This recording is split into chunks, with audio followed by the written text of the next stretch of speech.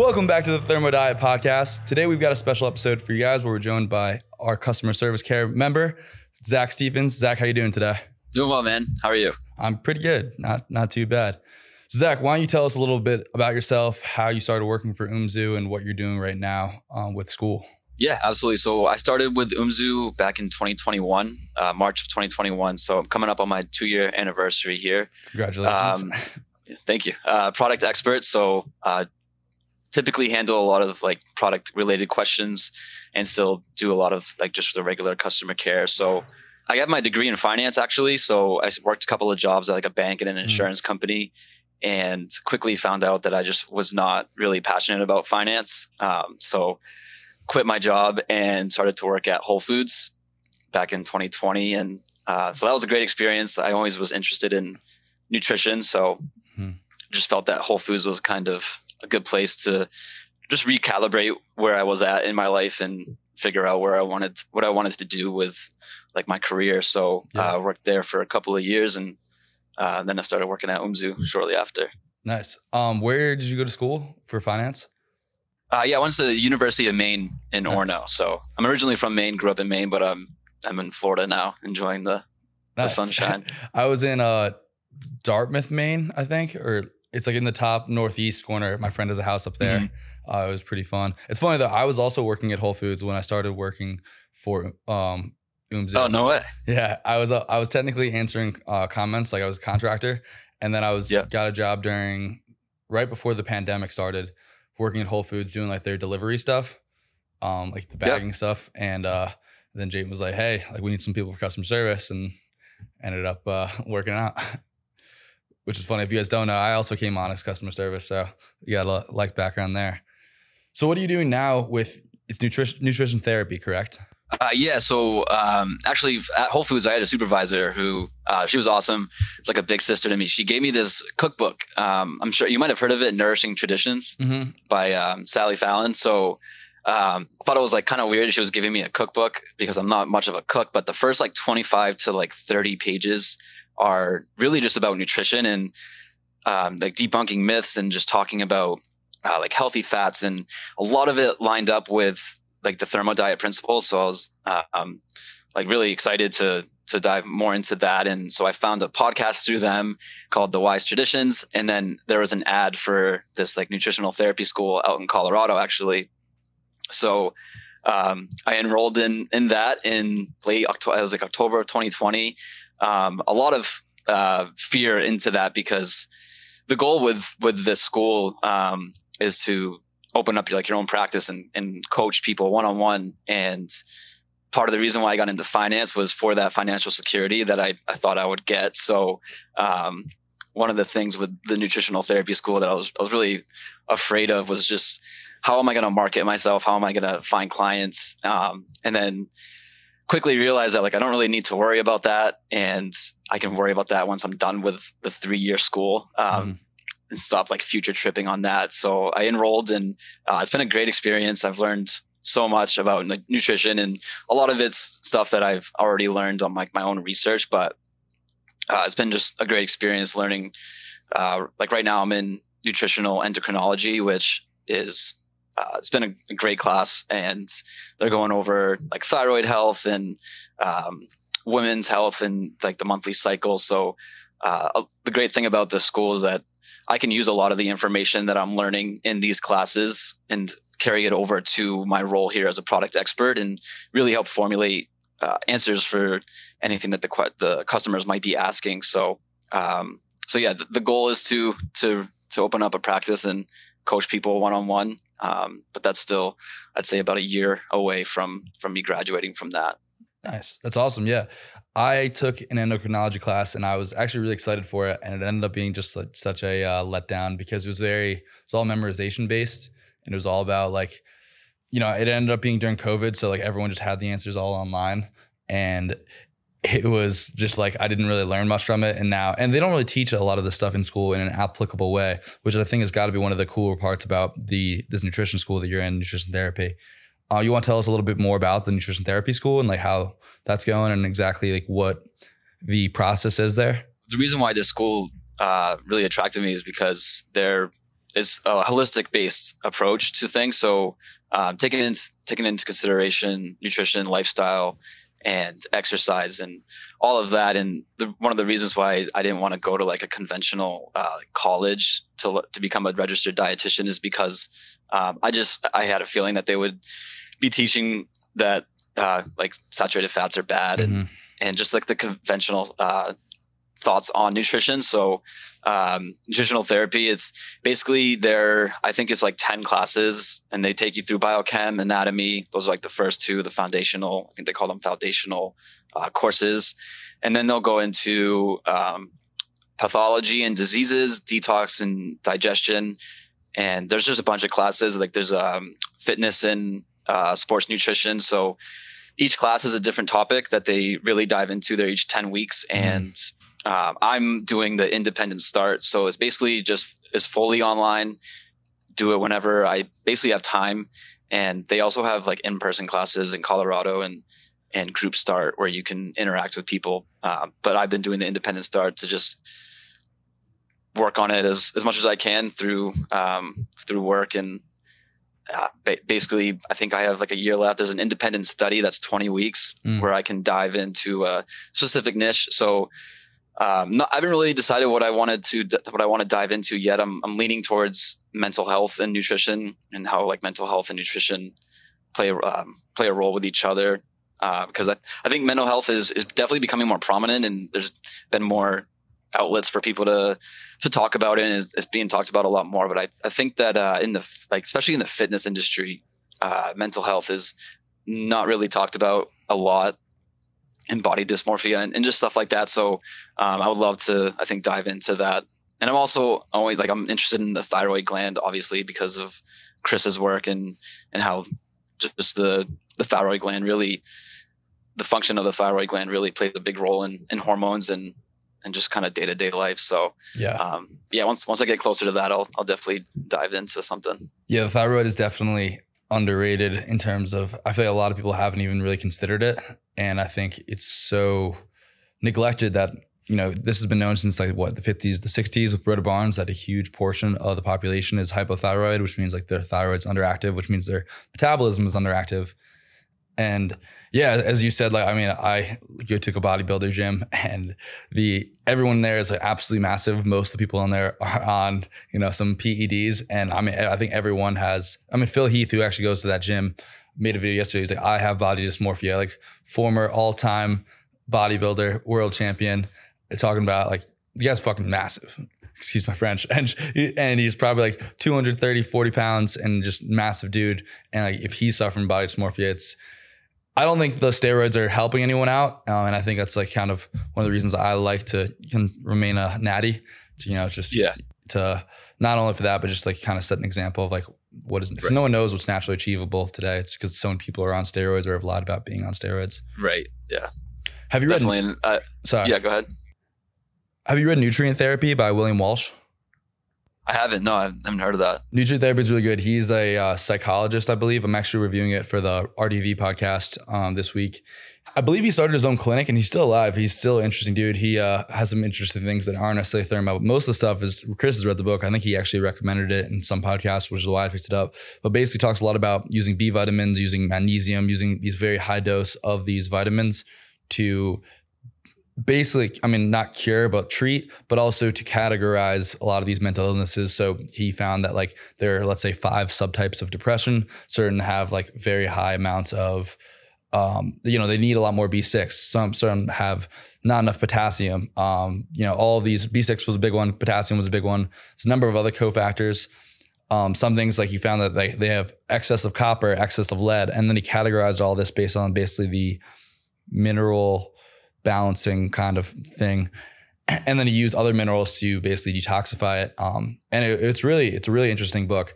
Definitely highly recommend it. Yeah, I'll have to check that out. I think there's like a pretty big disconnect between mental health and people that like, I don't think they really take into consideration that nutrition like definitely plays a role.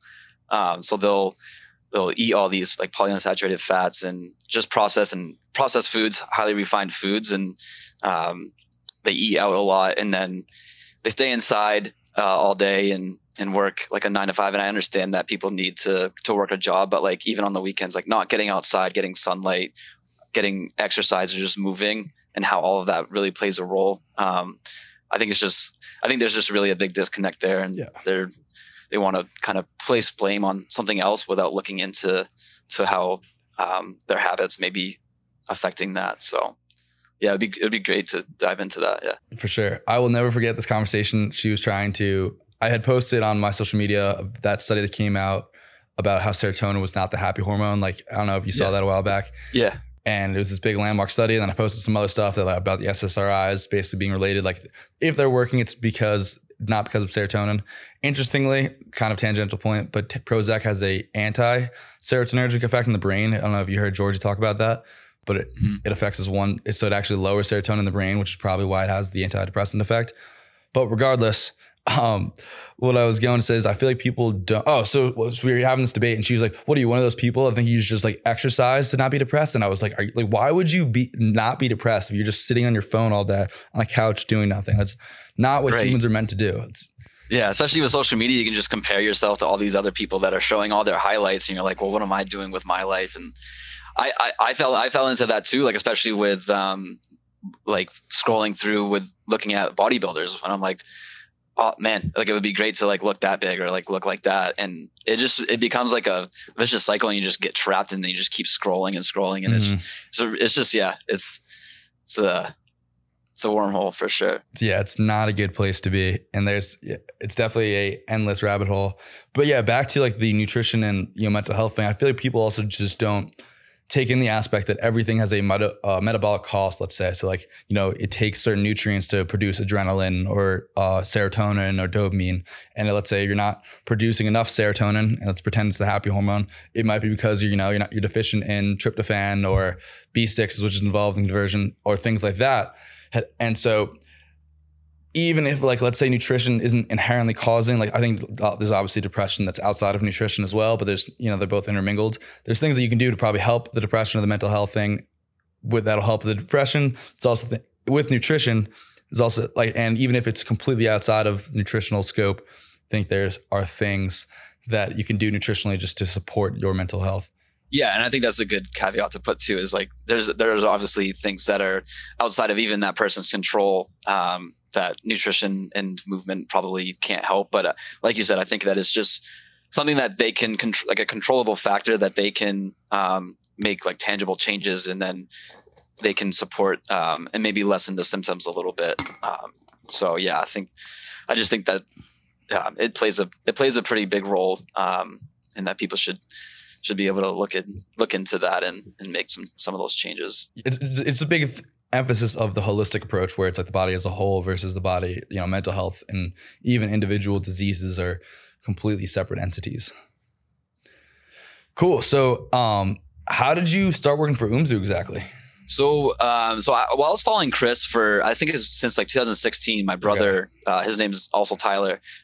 He was actually an ambassador as well when we had the ambassador program, and he had found him through Greg O'Gallagher, the Road to Rip podcast. I listened to those. Yeah. And I read Test Shock. I think it was on like the flight over. I went to Russia back in 2016. So I remember reading that book, and a lot of his principles just made sense to me. Not that I was like against broccoli or asparagus. Like I enjoy eating those, but when he then mentioned that vegetables probably aren't necessary, I was like, oh, I can definitely get onto this diet pretty easily. And so yeah, I just been following all of his stuff since. Even back when I was Truth Nutra, I think I ordered my first. I think Cortigon was the first thing I ordered, and so I just been following the company ever since. Joined the Facebook groups, and was always when I had started going to the school, I thought that it would be like an awesome opportunity to work at UMZU for the time being, even if it was in customer care only, because I knew that I would be interacting with people that are looking to holistically reach their goals through our supplements and diet. And so I just kind of kept checking the careers page and looking to see when there was an opening, and actually applied a couple of times. First time I didn't get it.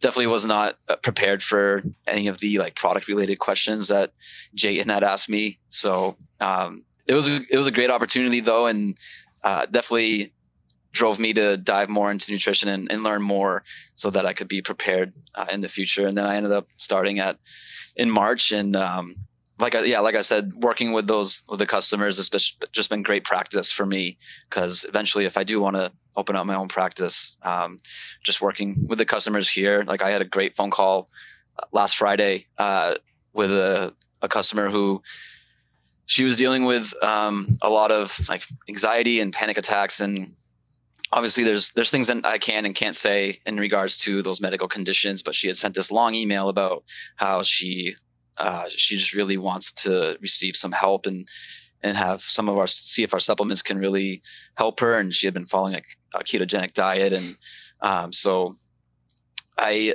was talking to her, and she was just so open-minded and hearing my recommendations. And then one thing, like I had mentioned the ketogenic diet, and I asked how long she was on it, and she was like, oh, it's been 10 years.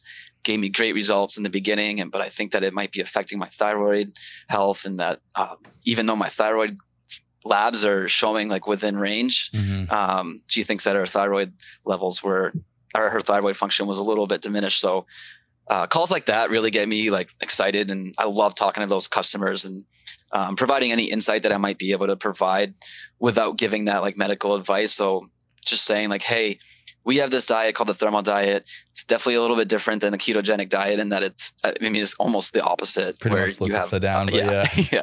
Have a lot more carbs. So I'm not saying to like get off the ketogenic diet, but I think that you would benefit from just reading into it a little bit more and checking out people like the Strong Sisters and Kitty Bloomfield, just because they just have so much great information in there, and especially as it pertains to women in general. So yeah, just those type of calls are like, they just make my day. There was another email today that the other product expert had sent me over to check out, and this guy again just sent this like a really long email about how he's just urinating so much through the night, and he had mentioned that he was strength training 3 days a week, doing a sprinting day, was doing jujitsu and Krav Maga some nights for like 3 hours, and he was wondering why he was urinating so much. He's talking about how he's drinking 4 liters of water. Can't and I'm like, well, yeah. And I'm like, well, one, what kind of water is it? Are there minerals that are electrolytes in there, or is it just straight water that's mostly just dehydrating you almost? And like, I just felt like looking at that, like he's probably running on a lot of cortisol and stress hormones, just like probably moving a little bit too much, doing too many things.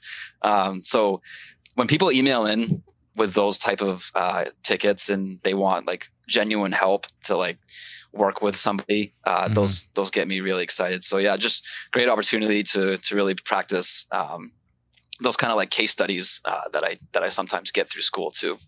Yeah, that's awesome. It's problem solving is, I feel like, one of the cooler parts, especially when you have someone that is willing to work with you. I talk about like the RDV stuff, and a lot of times it's just like, you're falling on deaf ears. Like a lot of people, most of the people that you actually like even listen to it probably are not going to try, let's say, the carrot salad. But there's some people that are in that, sometimes you got to hit rock bottom to really make these kinds of changes.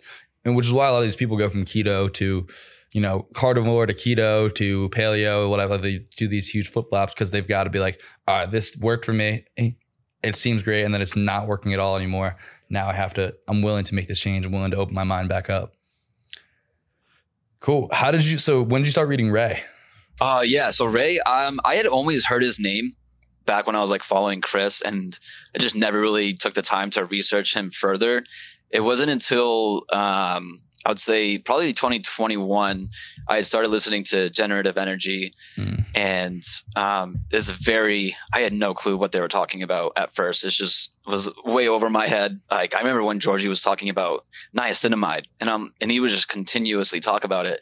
And I'm like, what is this compound? Because it sounds like it's just like this like almost like a wonder drug with the way he talks about it. And then I found out it was just B3. And I'm like, all right. So just continuously listening to that. And then obviously Ray would come on, and I just loved the way he would articulate his answers and his ability to recall certain events in history and how it kind of pertained to today. And he just had so much knowledge. So started reading some of his articles. Again, they're very just dense, and it's probably something that I would need to revisit now, just from learning more throughout the years from my school and just on my own time.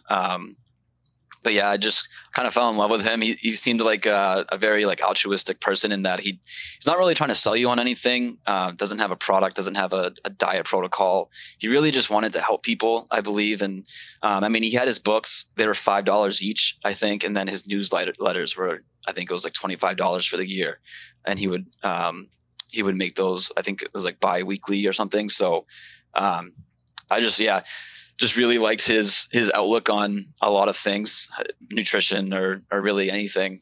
So I really searched out all of his stuff.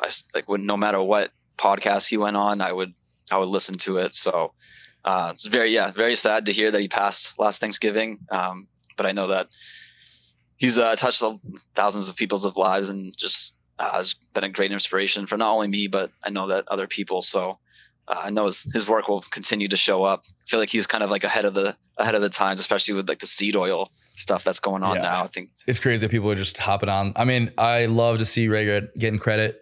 Some people I wish would give him a little bit more credit, because pretty much all these like we won't name names, but there's a lot of low carb people that are like, orange juice is like a good fruit and it reduces endotoxin. I'm like, yeah, you didn't get these ideas by yourself. Like we know where these ideas are coming from, but I think Ray would care less about his name being known than his work helping people, which is cool.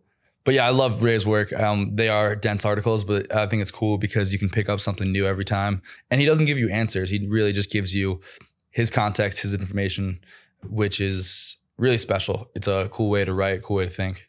He just makes sense with everything he says. But like you said, he doesn't like tell you what to do. Like you said, he like gives you the information and you can do with it as you want. Like everybody's going to respond differently to nutrition and supplements and everything. Everyone's so unique. So if I were to like prescribe to like the Ray P diet that people kind of like coined that term, like I can't consume coconut oil, and he recommends that like part of the carrot salad, but like I can't eat that, so it just causes so much digestive issues. Like if I were to just follow him blindly, and or really anybody, like it just doesn't really work like that. So I do like that he just kind of gave information, and then you can kind of, like you said, just do with it as you will. And you've got to put the pieces together still. What are your biggest takeaways from learning from CS these days, or like having worked in CS for almost 2 years now? Customer service we're referring to, by the way. Yeah, I mean, customer service is customer service. So of course you're going to get those customers that are just awesome, and then the more difficult ones, I'll say. As it pertains to like product expert specifically, I just kind of like just getting a feel for where they're at in their like health journey, I guess. Cause not a lot of people really want to talk about their diet and how that might be affecting the results of our products. Cause we get a lot of questions, like we'll get like an email, like saying, this didn't work for me. Why not? And, that's like the only information they provide. And it's such like, it's such a gray area. There's so many variables that come into play with why a product might not work. And I'll usually explain that to them and say, hey, everyone's unique. They're going to respond differently to supplements and nutrition, especially. So diet comes into play, like your stress comes into play, lifestyle comes into play. And a lot of the times they'll email back saying, my diet's great. I eat healthy. I eat salads every day. And I'm like, well, I kind of laugh a little bit, and not that salads are bad, but if you're taking something and then it's just like the willingness to not look into how their diet may be contributing to not only our supplements, but their day-to-day life and like things like digestion. So just kind of getting a feel of where they're at with that. And There are some customers that are more than willing, like I said earlier, to look into how their diet may be supporting their goals or may not be supporting their goals. So in the beginning, I was like very, you need to do the Thermo diet. You need to do this, make this change. And I used to be very dogmatic. And I think I laugh at it now because, I mean, I used to tell people to like, if they got kale, I'd be like, oh my God, why are you eating kale? Like, this is so bad. Like, you don't need to eat this. And I mean, at the end of the day, like if they enjoy kale and they don't have any issues with their thyroid or digestion, and it's not causing any issues, like go ahead and eat it. I probably wouldn't recommend that people eat it anyway still, but I just look back at that time period of my life and kind of just laugh at myself, like just drinking black coffee, intermittent fasting, and all of this stuff I used to tell people. So between that and then customer care, I've really kind of just taken a back seat and like just kind of feel people out and see where they're at. Cause I can kind of tell when people want real recommendations. And then when people really just, I guess, want a refund. So it's one of the biggest takeaways, I guess. Yeah. And it's a lot to be said about certain things affecting you differently when you're like, so for instance, I tried methylene blue, which is a drug. Don't recommend trying it. Not medical advice. If I tried it like a year ago and I was like, I don't really feel anything. Now I'll take it every once in a while. And I'm like, wow, like you'll feel differently when like your physiology is going to change. And then certain things are going to have a different effect on you as you change your diet, change your state of mind, change your health in general. So, we are making these supplements as what I'd say is like basically it's our best guess, right? Like we think that based on the evidence, these ingredients should accomplish this goal. But at the end of the day, like the most accurate way we can feel that goal is like doing a nutrient test, something, and figuring out why you're having this issue, and then deducing that and saying like maybe you're deficient in vitamin C, which might be why redwood works. Maybe you're not deficient in vitamin C, which might be why redwood does not work. Right. Yeah. There's just so many variables, and without having like that full picture, it's really tough to really answer that question. And we try our best to kind of point people in the right direction. And there's going to be people that respond well to our recommendations, and there's going to be people that aren't. And so I think just working the last 2 years, just accepting the fact that not everybody is going to dive right into the Thermo diet and make all these changes all at once. It's been a learning experience for me, but it's like a great experience because if I do open up my own practice, like I'm going to run into those type of people that might not be as compliant with my recommendations as others would be. And I think that, like you said earlier, once they hit rock bottom, that's when they're really going to make those changes. So if people get sick enough, then they'll implement the changes, I guess. But hopefully they come to the awareness that before that it gets way worse. Yeah, it's almost as if they have to realize that their current diet is causing their issues to want to change it, which is obviously not an ideal situation. But yeah, and I've definitely changed my mind a lot and tried to be like, I was very dogmatic at first. And it's funny, like now, like my friends will like think, I used to like argue with my friends about it, and now they'll be arguing with me. And I'm just be like, dude, like I would change my mind, but you like are not educated enough to give me points that refute mine. You know what I mean? Like I would like I was talking to Pedro do Amaral or Thucydides on Instagram. We had a podcast, and he was like, all right, you kind of made me some interesting arguments on vegetables and like the cruciferous vegetables. And I was like, all right, maybe I would consider trying them. They don't appetize me, so I don't really have any desire to go at them. But you made an argument. I'm like, all right, I can accept your argument. I was like, most people, you're just gonna be like good, bad. And I'm like, it's not convincing me. No. Yeah, no. And I love that. I love that podcast. I was actually going to bring that up because he, like you said, he made some great points. Like they do have those compounds that can help with estrogen metabolism. And and it's funny because my school, the class that I'm in, it was like a week or two prior that I had learned about DIM and I3C. And if I had read that like a year ago, I would have been like, nah, like that's I'm never going to incorporate that. But he said that he has like even raw vegetables and he's fine. And I think that's awesome. Like that's great. But used to be the same way, arguing with my friends and arguing with random people. And it's just like, man, I must have been just running on all of these stress hormones back then. Yeah, dude. I mean, when I was keto, and I wasn't keto. I was probably keto at some point, but I was fasting. I was going to the gym, landscaping all day, fasting the whole time, drinking like water. And then I would go to jujitsu, eat some ice cream, do it all over again. And like I felt fine at the time. And I feel like most people on keto are on like, oh, like they feel amped up. They're stressed out pretty much. They're on that, like they're ready to go. But I was like, now much more like chill. Matt wouldn't agree with that, but I'm more laid back than I used to be, at least. So what are some of the most common questions you get in CS? Let's start with the ones that drive you nuts, and then we'll talk about the ones you actually like enjoy talking about. Typical, like just regular customer care stuff. It's the ones that drive me nuts are, I did not sign up for this subscription. Why did you charge me? And like those, like we have a timeline for everything. So like I can see, like we have so many receipts. So those drive me nuts. But as it pertains to the product, like expert questions, the one that I mentioned earlier, like it drives me up a wall when people will say, why doesn't this work for me? It's just so hard to answer. Like I don't have the information like that I need to really answer that question.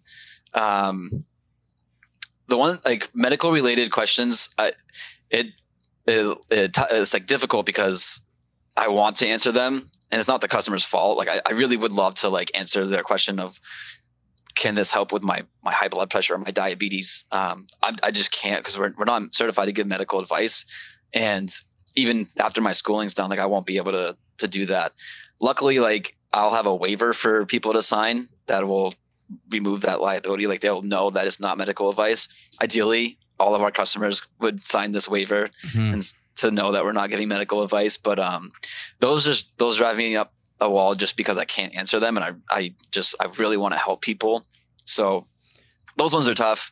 Other than that, like product expert or product related questions really don't rub me the wrong way too much.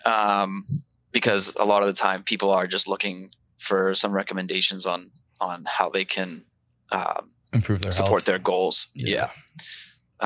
So yeah, I mean, and then questions that we get a lot are, can I take X product with Y product? I mean, you can take most of our products together. The only ones we really don't recommend taking together are Testro X, Thyrite, and Immune, because they each contain 15 milligrams of zinc, and it's not recommended to consume more than that on a daily basis, especially from supplements. Because like with a lot of our products, we assume that you're getting some of these nutrients from your diet too.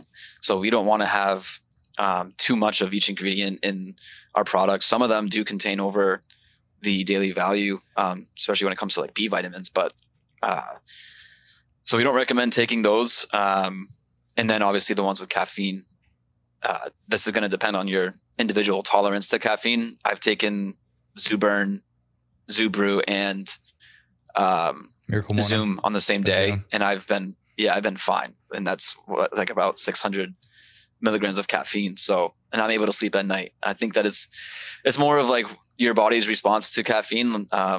If you get the jitter, like if you get jitters and like crashes, and there's something else going on that your body is not, in my opinion, it's not handling the caffeine correctly. So, those are really the only, and at the end of the day, we also don't want you to be on every single one of our products. Like the goal is to really supplement your diet and have that be the foundation. Like Chris has that pyramid where I believe it's like micronutrients, diet, lifestyle, exercise, and then supplementations right at the top. I think people really like to flip that and have supplements be the foundation and then worry about everything else. So yeah, we get that a couple of times where people are like, I want to take all of your products. What would you recommend? And I'm always like, well, I don't recommend doing that. And can you provide some additional information about what your specific goals are and what your diet looks like, so that I can make because we really want to make individualized solutions for our customers. So yeah, and then will this product work for me? It's along the same lines of the one, why didn't this product work for me? It's tough to answer. There's so many things that come into play. So it's like probably not. Maybe. Yeah, I mean, yeah. Like you said, if you're deficient in this ingredient that's in this product, like you're gonna probably feel good because you're providing your body with that. also another one that I actually just thought of is, if I come off this product, will I like experience withdrawals? And I mean, the answer is basically no, but like with everything in nutrition, there's this gray area. So like if you come off, let's say you take Testorex for 3 months and then you stop. If you're not providing your body with magnesium and zinc at all from your diet, or like low amounts, like you're going to feel the effects of that, because your body needs those to function, especially magnesium. It says that it's used for over 300 functions in the body. I think the number's like way higher. Yeah, it's closer to like 3,600. Yeah, so I don't know where that 300 number came from, but it's like a very popular number to use with magnesium. But if you're not providing your body with magnesium, there's so many functions in the body that are going to be diminished. So yeah, I guess technically you do have withdrawals, but it's not due to the fact that our supplements are drugs. Like you just need to provide, like you need to ensure that you're consuming those nutrients from your diet to really support that still. Yeah, that's a good point, because it's not like you're going to be addicted to Testorex or anything. Right. Not taking it can definitely have an effect on your physiology. It just as taking it can have an effect on physiology. Right. Yeah, I think it's interesting. It's just kind of tangential, just thinking about like everything that you do. I said yesterday in a RDV episode, like everything you do and do not eat has an effect on you. You know, like certain things like not getting enough fiber is going to be arguably just as bad as getting too much fiber, like things like that, where people don't really consider like the probiotics you do and do not eat. I think it's interesting to think about in that context. So what are your favorite questions to answer, or like what's your favorite question to get asked in customer service? One like the one I shared earlier, where the guy was emailing in about the extreme urination, especially like throughout the night. He said when Matt, the other product expert, his name is Matt, when he sent that over to me, just reading that long thing and really trying to identify where the issue might be, or what, not I guess issue, but like what he could change potentially to lower the frequency of urination. Mm-hmm. And it's not just with urination, that's just like an example, but like people that are really looking to make changes, those are definitely my favorite. I'm always happy to give those people a call. Oftentimes I'll create like a follow-up for myself, like a month out, to reach back out to see how they're doing. But yeah, I messaged Matt in Slack after, and I was like, these get me so jazzed up. Like I love these type of tickets, because it's like you can tell those people are really looking for advice and mm-hmm. are willing to implement that advice too. So anything that's kind of like a case study, I kind of view them as like a case study, like, oh, how can I help this person? What are they doing that may be considered like a blocker and like an activator? And this guy was like, he was dialed in, perhaps a little bit too dialed in. Like he was talking about blue light blocking glasses and how he wasn't able to get them on until 9 p.m. And it's so I love those type of questions. Those are always so great to work with those people. Do you have them get on some salt? Yeah, I mean, I think Matt mentioned the salt, and I'd have to check to go see to what he actually said. But so I think Matt mentioned salt, and then I'd asked like also like the calories that he's intaking, because he's just moving so much through mm-hmm. resistance training 3 days a week, sprinting another day. He's walking 60 to 90 minutes as well, and then doing like combat sports at night. Yeah. So I was like, let's make sure that he's getting enough calories in too, because that's just a lot of movement. So for sure. So yeah, those type of questions really keep me motivated to keep learning like about nutrition, because that's like the goal at the end of the day for me, is to predominantly work with customers like that. Yeah, that's why I like nutrition so much. I think like biomechanics and bodybuilding is kind of boring relative to the other stuff. Like this nutrition, in my opinion, is just, I mean, like there's a lot of unanswered questions in terms of bodybuilding and physiology and biomechanics, but like I feel like I've got the big rocks let down relatively, and like there are some things that I have to look into. And we had a podcast with Jay and Mike, and they made some things that made me question my certain view. But to the degree of the nutrition is just there's endless directions you can go with nutrition. There's endless things you can go into. There's endless questions to be answered. Like, as you said, like why a supplement doesn't work for someone, why it works for someone else, which I think is so cool about nutrition. Yeah, definitely. And that's the question I was going to ask. Like, because I know that you focus on fitness a lot, and I was just like wondering how you like kind of keep motivated. Cause I mean, those type of questions but these questions are so like few and far between for me. Like, do you ever experience any burnout like for learning about like fitness and nutrition where you just want to just stop and like take a break? I have not done a good job about learning about fitness recently. I took a couple certifications last year, and I think doing something like that, where it's like you are paying money and like dedicating yourself to learning this at a certain rate, can be very useful. I want to get a couple of journals that I would like to read on a monthly basis just so I can like stay updated. But nutrition I find is really easy for me. Like I really try and read every night. I'm trying to actually start reading fiction a little bit, but yeah, I mean, I definitely get burnt out. It helps me having this podcast and having RDV. Like I have to stay grinding. I have to like to keep having ideas, and I have to talk to people that are lay people to keep myself honest and being able to translate things. Like I was listening to the Georgie podcast a little bit with my dad. He was like falling asleep. He was like, it's good, but it's dense. And I'm like, to me, I understand what Georgie's saying, but I can completely understand not understanding at all what Georgie's saying. So I have to be that middleman of being able to do stuff. I think it's good to learn a lot of things. And Georgie was talking about this in the last podcast. It's coming out, I think, this weekend. Like looking at things from different angles. Like don't just try and niche yourself into one thing. Like I have been reading Jordan Peterson's book, Maps Meaning, which I've been finding very interesting. One of the hardest books I've ever had to read. It's been taking me way longer than I would have liked. He's a dense writer. But like learning philosophy, like I've been literally taking his course pretty much because he taught a Harvard course, and I'm watching the video, the lecture series as I go through the book. I think just doing things that are like, you enjoy. Like I'll just go skiing on the weekends, do jiu-jitsu in the morning sometimes. So, I don't know if that helps, but no. And I think I sometimes get discouraged because oftentimes I am working with customers that, I guess kind of had a negative experience with our products. So I think it just may discourage me a little bit because I'm like, man, like it's just a lot of like, just, I guess, negativity. Not that they're like getting mad at us. It's just like, why isn't this product working? And, so I think that's also probably why I get so excited about the other tickets that come in, like the one this morning and the one last week, where I get to talk to people and really help them out. So I think focusing on the positive stuff. That is definitely the hardest part of customer service.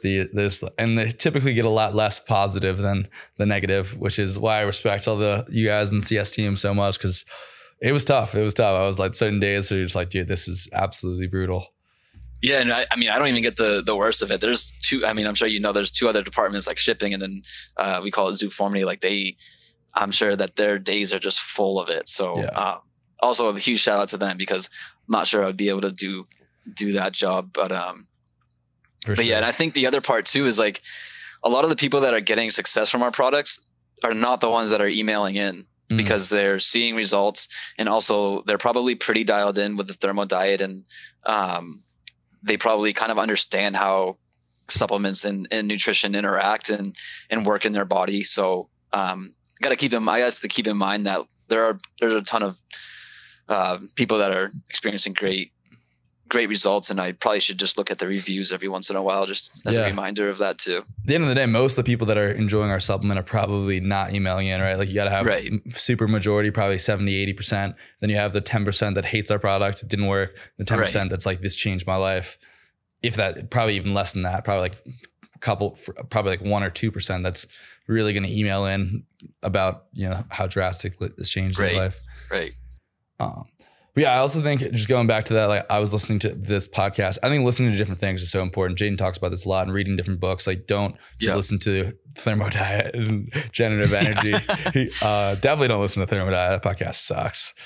But like I'm listening to Pedro and talking to Kyle Mamanus, who's a Genius Bits on Instagram. I'd like to get him on the podcast at some point. Yep. And they were just talking about the science, like how science is conducted and some flaws with science today and how we view things. And I really enjoy one of the coolest parts about the podcast is being able to talk with intelligent people. And that'll like, and not that like I talk with dumb people a lot, but like people that are interested in the same thing that you are, and being able to conversate with someone and pick their brain and have, you know, your flaws be pointed out and going back and forth with someone that's very interesting. So that's probably the best thing you can do is find people that like aren't in your echo chamber, that disagree with you, and talking about them, even if it's just slightly. You know, most of the things we agree on, but in the nuance and stuff like that, it's fun to have conversations about the 0.1% of things that really don't matter to 99.9% of people. What are your biggest takeaways from formal education? And like, so I like to have, the way I think about some things is like, okay, like, let's say Ray said, gym is bad for you, right? It's like, all right, I think I disagree with you on this, but I can't justify why. So I'm going to research this and I will hopefully get a better answer for you. It's like, what are the things in your nutrition therapy school that you're like, I don't necessarily agree with you on this, but I'm gonna get back to you on that. Yeah. So one of the, like recently actually, they had recommended phytoestrogens to support estrogen metabolism. And it just did not make sense to me. I was like, why would you recommend that somebody that's dealing with estrogen dominant state to eat these foods that contain compounds that mimic estrogen only because they had stated that it has a higher binding affinity to estrogen receptor B, beta, I think, opposed to A, which they had postulated that estrogen receptor B was protective against breast cancer as opposed to the alpha, which proliferated breast cancer. So they recommended soy, especially. And I was like, well, so why would we recommend that somebody consume soy that we know is like a known goitrogen and can disrupt thyroid function? And so that just like did not make sense to me. In the past, like I said, I was very dogmatic. So I would have just like skipped that slide. I probably would have like deleted it, and I would have been like, this is like BS, and just never thought about it again. And I used to get so heated, man. Like I would read these slideshows, I would send them to my friends and like, look at what they're trying to teach me. Today I'm able to like just like take a deep breath and email my instructor and be like, hey, I noticed that you in the slide they mentioned soy as a potential protocol to kind of help with estrogen metabolism, and I'm wondering why we would recommend this if it's also going to affect thyroid function. And she sent this long list of things and basically just reiterated why they recommended it. And at the very end, she was like, everyone is so unique, and the protocols that we recommend aren't going to be used for each person. It's you got to work with them to really find out what is going to work best for them and which protocol to really use. And I mean, I already knew that. It's kind of a cop-out answer.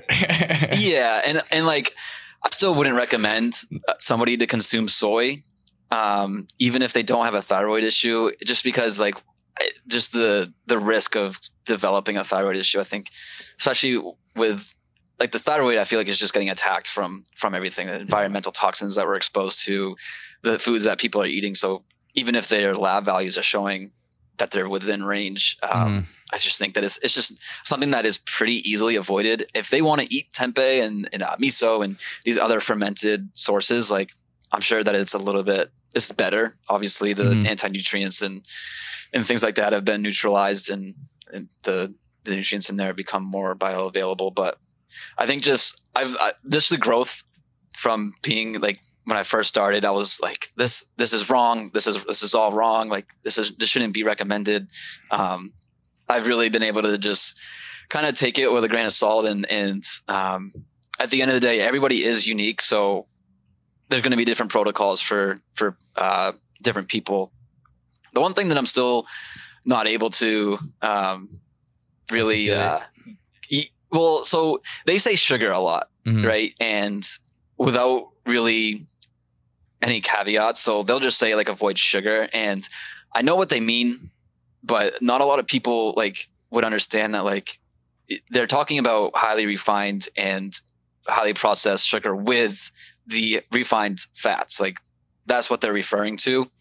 So I've come around to like just basically saying like, oh, this is what they mean. They don't mean sugar like fruit and honey and syrup, because like a slide later they'll mention like, oh, your predominant like carb sources should be coming from fruit and like vegetables and stuff. So I guess like, yeah, the biggest takeaway is just really just keeping an open mind to the uniqueness of everybody. Like there can't be a blanket protocol for all people with nutrition. Everyone is really truly individualized. So and I think back to Pedro saying that he eats those cruciferous vegetables and he has no issue and all that. So yeah, and it's really helped me. It's really helped me with UMZU. I will counterpoint you there a little bit. Like I do agree, like let's say the end result, the end goal is more or less the same, right? Which is like in our sphere, it's like a higher energy state. It's just a matter of how you get there is going to be slightly different from person to person.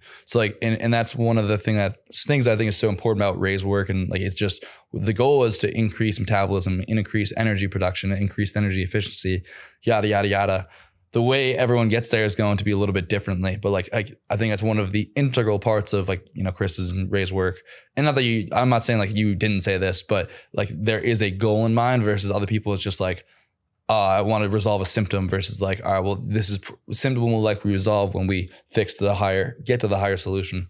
So in your own health journey, what have been your big rocks that like for improving your health? And is there anything you specifically dealt with? You actually, you know, obviously don't have to throw anything out specifically if you don't want to, but what's really helped you in your own health journey? So my health journey actually started when I was back in like 8th grade. I had a family of high cholesterol levels and I got tested. Mine were through the roof. I was definitely probably like hypothyroid back then. And my doctor, he told me to stop eating eggs, stop drinking milk, whole grains, wheat, just basically all the wrong things to do that like I know now, and further put me into a more like my cholesterol levels did not improve at all from his recommendations. And I was exercising a ton and I lost a ton of weight. I was like 120 pounds my senior year, just tiny like a twig. And so I think so one of my and this comes back to like one of my biggest rocks is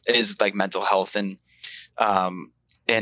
especially when it comes to like resistance training, because whenever I attempt to bulk, and you had an RDV on this recently where you talked about that like sweet spot.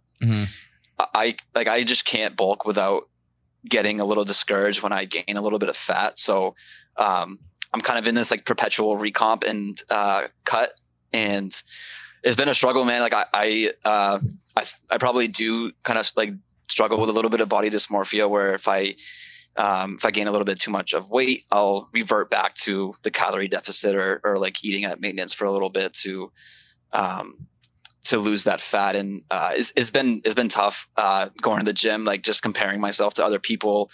I had to take a little break from social media for a little bit just because I'm interested in nutrition. So like I follow all of these people.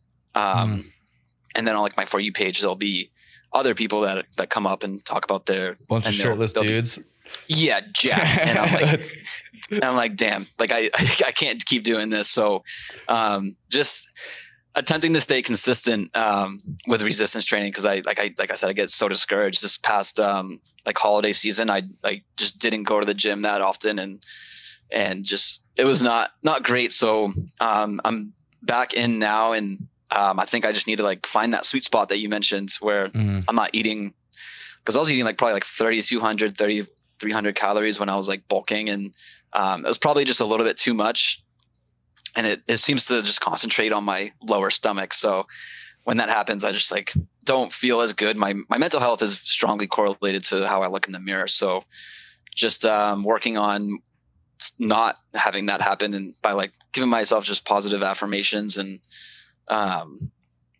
just kind of taking it easy on myself, because I'm my own biggest critic. So just kind of giving myself a break and realizing that like your body composition, like it's not going to change overnight. You're not going to look like that huge person in the gym that's benching like 100-pound dumbbells. And I'm sure that there's other people that are at the gym that look at me and look at me and be like, oh, it would be nice to be like in his shape, because they're at a different point in their health journey. So it's very easy to compare myself to people that are that are in better shape than me. So I think just kind of working on blocking that out and just enjoying the journey as much as I can. So that's like been the biggest thing for me, because I'm pretty dialed in with nutrition no matter what.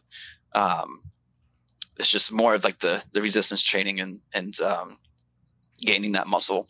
For sure. It's been the struggle. Yeah, I'm also not the best with that. I like, as much as I gave, I think it's solid advice. For me, it's always been a struggle. So this year I'm going to really try and cut and then maintain my weight. But yeah, the only reason I was able to bulk, I got really shredded with Kino Body. I was literally a twig. It was probably like 150 or something. And then senior year, I started gaining weight and I was at like 165, which is the heaviest I'd ever been. And then I started pledging a fraternity and I lost like 15 pounds in like a week or two. And I was like, dude, I'm literally I'm going to die if I don't start eating. So I just started stuffing my face with cookies every time I got and just a ton of food. Ended pledging at like 190 and wasn't lifting. Like we were doing like push-ups and whatnot. So I just got fat. And I think probably was one of the best things that could have done for me, because I was no longer afraid of, gaining weight. I was no longer afraid of not being ripped.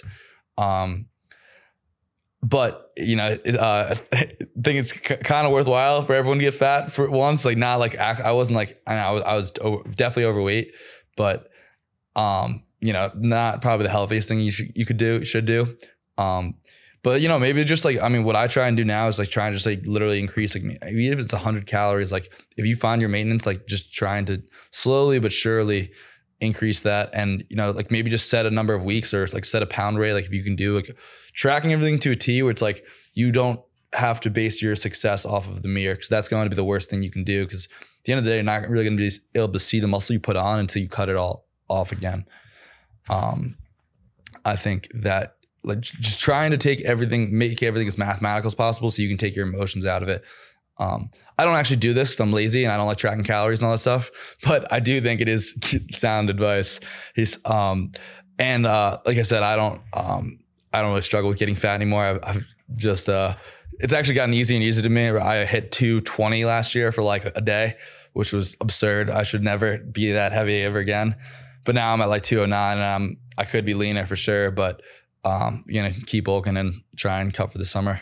Definitely. And I've tracked calories before, like every day. Mm-hmm. I'm at the point now where I think I can eyeball track for a day and then just get an idea of because I mostly eat the same foods every day. So if I just track one day and I'm looking to add some calories, I can just eyeball it. So, but yeah, I think I did have the intention of doing like a dirty bulk like that, where I just get really big and then cutting it all off. But it's tough because I'll start doing it and then I'm like, oh, I'm not like, I don't want to go to the beach looking like this. So yeah, I guess you're in Florida. Yeah. So you got to look good all year round. Right. That's brutal. Right. I can hide half of Maine was good for that. Yeah. Maine is funny because it's one of the most beautiful places, but it's one of the statistically least healthy and I think overweight states in the country, right? Is it? Yeah, I wouldn't be surprised. Those winters are long. Unless you're like doing, like you said, you go skiing. I tried skiing once and I hurt myself and I was like, this is enough. Yeah. So you can surf though in Florida though. You got to get on that. Do you surf at all? Yeah, I went surfing back in August on the East Coast. I had to go to the East Coast for that. The waves are bigger there, so I did that once. And surfing's fun, man. I did it for the first time in Hawaii, and that's sick. Got up like a couple times, but it seemed to be a little bit easier over here in Florida the second time. So sure, the waves weren't as intimidating. The waves in Hawaii, like we went to this pipeline beach and there was a little bit of a storm. It was like a little rainy and I've never seen waves like that. I was like afraid to go in the water because I'm like, I'm gonna get taken out. Like This is insane. The ocean can be very intimidating. People, you don't know until you're out there and doing it. But yeah, it's not. It's scary. But back to it. So you're a remote worker. What are your tips for staying healthy and sane with remote work? Yeah, so this is my first experience with remote working. I had never worked from home before this. So it was definitely a transition. I think one of the most important things for me is getting outside on my breaks. We get like an hour break and I'm always outside during that, either walking or laying out by the pool and getting out, getting some sunlight.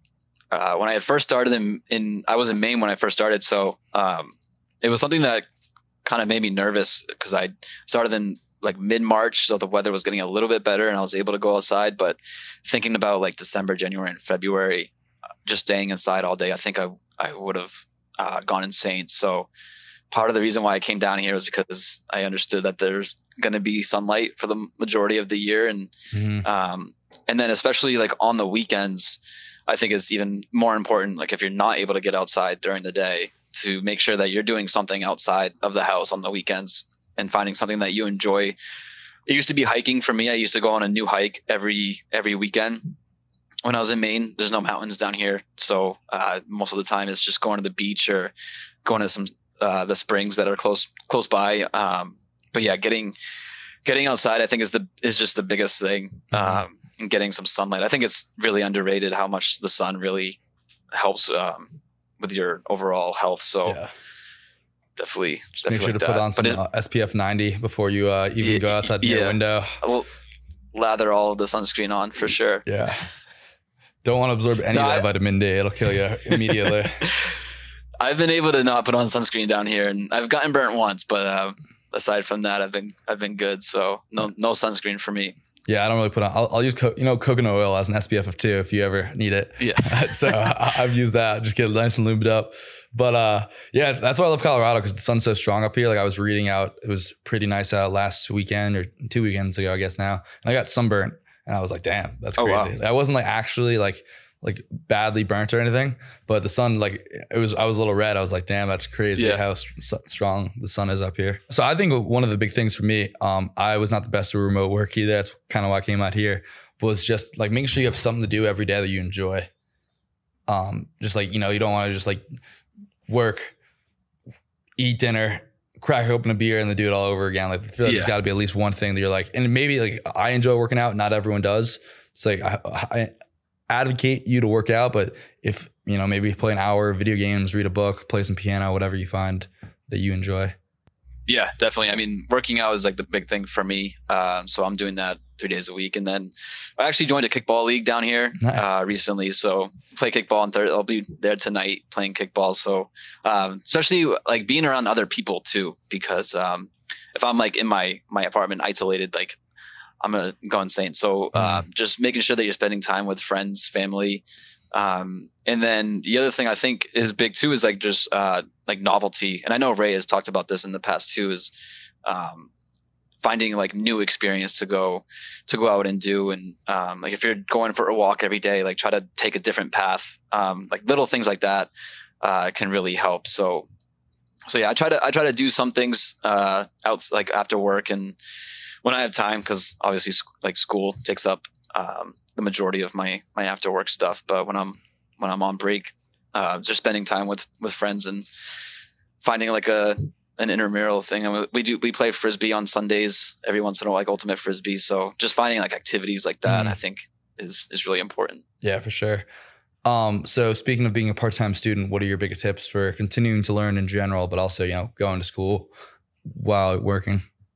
Yeah. So I'm very passionate about nutrition, and I really want to, like, I'm also passionate about helping people. So, it's just I just keep that goal in mind at the end, whether or not like I'm a little fearful of eventually starting everything up. Just knowing that at the end of all of this, like I'll hopefully be able to help people. So that's what really drives me. I'm fairly good at time management. So I can handle the coursework and my job at the same time. And as far as tips, like you said, I do struggle sometimes with taking a break from all of this. Like I'm almost like too much into like getting things done. Like I'm ahead of my classwork right now. Something that I struggle with is really just taking a break and allowing myself to have a break. Because sometimes I'll be like after work, I'll like do an hour and a half of classwork, and then I'll stop and I'll just like watch TV for a little bit. I'm like, what are you doing? Like you could be spending this time way better than this. And whether it's my school or not, like even like learning more about like reading a book. Like I have Hans Selye's Stress Without Distress. Yeah. Like reading, like I should be reading, like I tell myself I should be reading that or reading any of the other health books that I have just sitting on my bookshelf. So I think that just trying to maybe like set up time to where you're like allocating certain hours, or maybe it doesn't even need to be an hour, just like learning of something that you're interested in. If you have a hobby and there's something that you can like read or watch, then just like to focus on that for a little bit. I definitely struggle with the same thing. Just trying to always feel like I need to be improving, and it's tough sometimes. But I did want to mention before, I forgot to mention that I even though I'm on social media a lot, like I'm not on social media at all. Like I don't really go on TikTok. Like I have a couple people that I follow, a lot of people on Instagram. I don't really read anyone's work anymore. Like there's a couple people that I really like, and I'll actually go through their posts. Like Pedro is one of them. Kyle, I think, is one of them. But like, I mean, I'll go on YouTube. It's my favorite thing because like there's not the negative energy as much. And I've been on Twitter a little bit recently, but I probably spend like outside of posting stuff like 20, 30 minutes social media a day. I hate social media. I think it's terrible. Oh, it's the worst. I think actually one thing that has helped me is turning off notifications. So I don't have any notifications on my social media apps. Nice. And I've found that I just don't go into them as often, because if I don't see that red dot that says like the number of notifications from it, or if I don't get that lock screen notification, I'm just not in there. So that has definitely helped a little bit. I'm on Twitter often because I just follow a bunch of like sports stuff. So like I get my news Twitter's from them. So I like Twitter. Yeah. It's funny because I've been seeing a lot on Twitter of like, are you struggling to get energy in the morning? And read this. And then there's like a 10 list thing. Like I see them all of the time. And I catch myself reading them, and I sometimes I respond, and I'm like, there was one recently where it was like talking about carbs and testosterone. And the guy was like, carbs should be earned. And I was like, this is terrible advice. And then like three numbers down, he talked about stress. And I'm like, why would you recommend saying, like, why would you say carbs are earned, which just creates this terrible relationship with food and exercise, which is going to then affect their stress levels, which is going to affect their testosterone. So there's always something in those threads that I just I laugh at and point out, because they're like kind of hardos like this. It's just funny to like read those. But yeah, I think in general, staying off of social media is probably going to be the best for productivity, and also just a bunch of things. For sure. Yeah, it's definitely fun to be on it sometimes. Definitely addicting a little bit, but definitely need to figure out that balance for sure.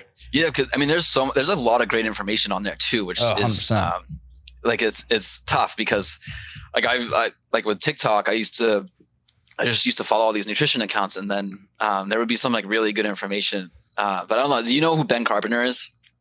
Sounds very familiar. He does a lot of videos about like fitness influencers and all this stuff. Oh, Ben Carpenter? Yeah. I know Ben Carpenter. Yeah. He's one of my favorite followers right now, because the reason why I started following him is because he had this video, and he had a plate of food. It was an apple, I think salmon, and then some like greens. And in like the side of it there were these TikTok people saying like, don't eat fruit. These are like going to cause cancer. And then he gets rid of the fruit, and then he goes to the next video, and it's just like slowly depleting his plate until there's like a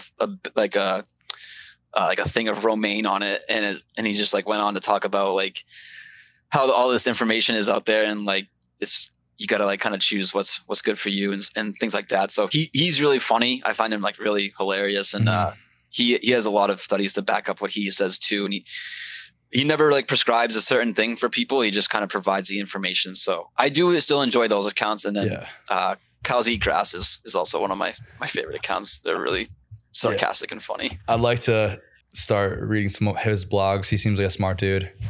I follow like, James Smith, PT.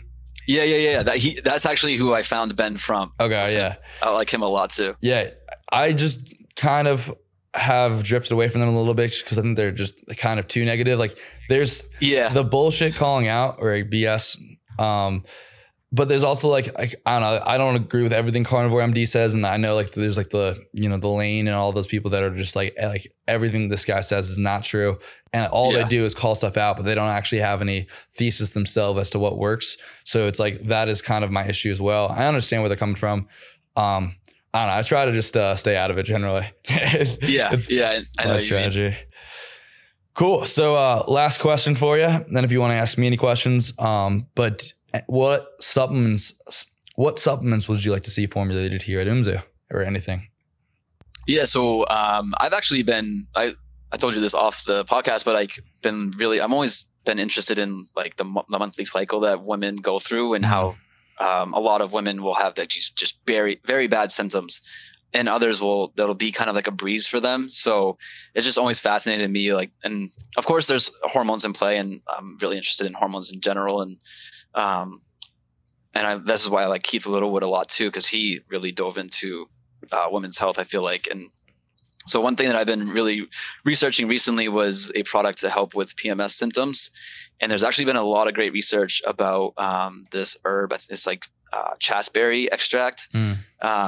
And it's just, there's been a ton of like human studies, and they're like really solid, and how it can relieve PMS symptoms. And actually my class that I'm in had mentioned that same product. And so it was like really cool to like see that. And of course there's like B6 is good, lemon balm. There's this other thing called Don Quai or Don Qui, something like that, that are in some supplements that are already on the market. So I would love to see that one through and get that one from like the beginning stages to on our website. I think that would be really cool to take like a product through that whole process. And I'll definitely like push for that as much as I can, because I think that a lot of like the formulation is there with the studies backing it up. So obviously I'm not too familiar with the product development stuff at the moment, when how like the cost and all of that come into play. But that's one supplement that I'm really interested in seeing, and just furthering the women's line in general. I think would be great, because even though women can take all of our products, even Testro X, I think it would be great to have some products that really target women's health, because I mean, we are different. We have different hormones. We have the same hormones, but different, I guess, functions and levels of those hormones. So supporting those, I think, would be great. And then also eventually when the micronutrient testing gets introduced, if we could have like single ingredient products to really formulate solutions for people. So if we get their like information, say like they are really low in magnesium or something, we have magnesium. If they're really low in a certain vitamin, to be able to provide that specific vitamin for them, I think would be really cool. So yeah, offering single ingredient products, I think would just be really cool to like create bundles and create solutions for specific people. So those are definitely two of the things that I would love to see. Yeah, that would be cool for sure. That's interesting that the PMS supplement. We're having Keith on next Wednesday, so I'll have to ask him about that. Oh, really? Yeah, if you want to ask him any questions too, just feel free to send me a Slack. I'll ask him as well. He's awesome. I know he's doing he's like doing like lab research, right? He's like he has like his own hypothesis. He's like doing a scientific method. Yeah, he's doing some research. The last time I heard from research.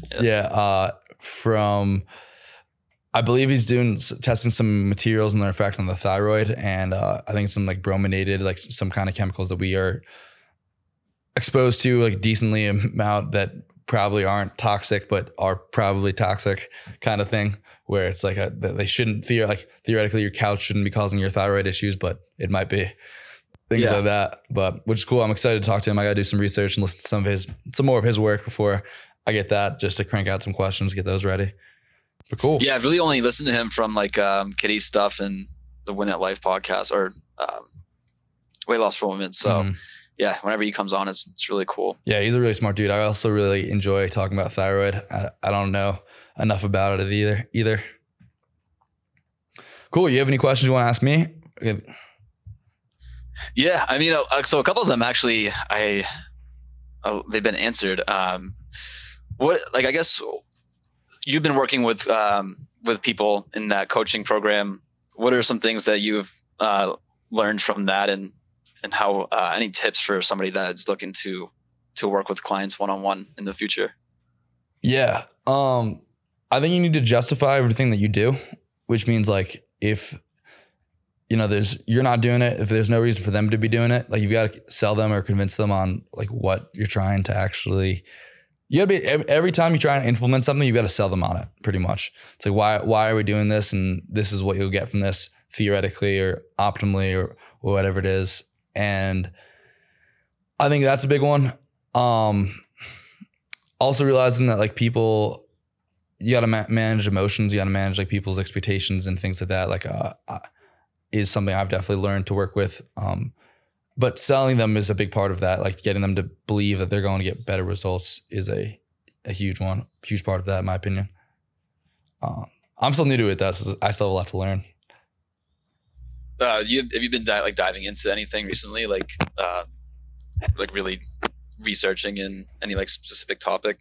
I've been reading a lot of philosophy lately. I was honestly have not been doing as much health research. I've been trying to read this Jordan Peterson book for so long, but I'm always trying to do, because of RDV, I'm writing all the time and stuff like that. And I would like to start bringing back a real blog and get that so I can, writing is a way to improve your thoughts and how you think. It's one of the best ways, in my opinion. And I'm taking that pretty much straight from Jordan Peterson. So it's something that I would like to do. And also, I like to return back to my old blogs because I wrote them relatively well. Could be a lot better.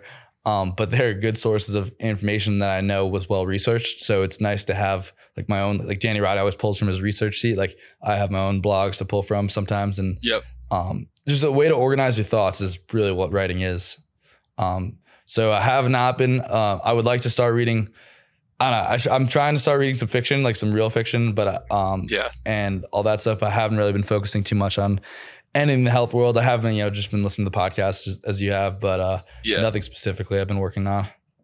Gotta get back on reading fiction is good. Like I used to do that often just like at night before bed, and it's like a nice little escape. So I should probably get back into doing that. Yeah, I feel like it would be easy to fall asleep after. Well, so now I can fall asleep after reading this book I'm reading right now because it's so dense.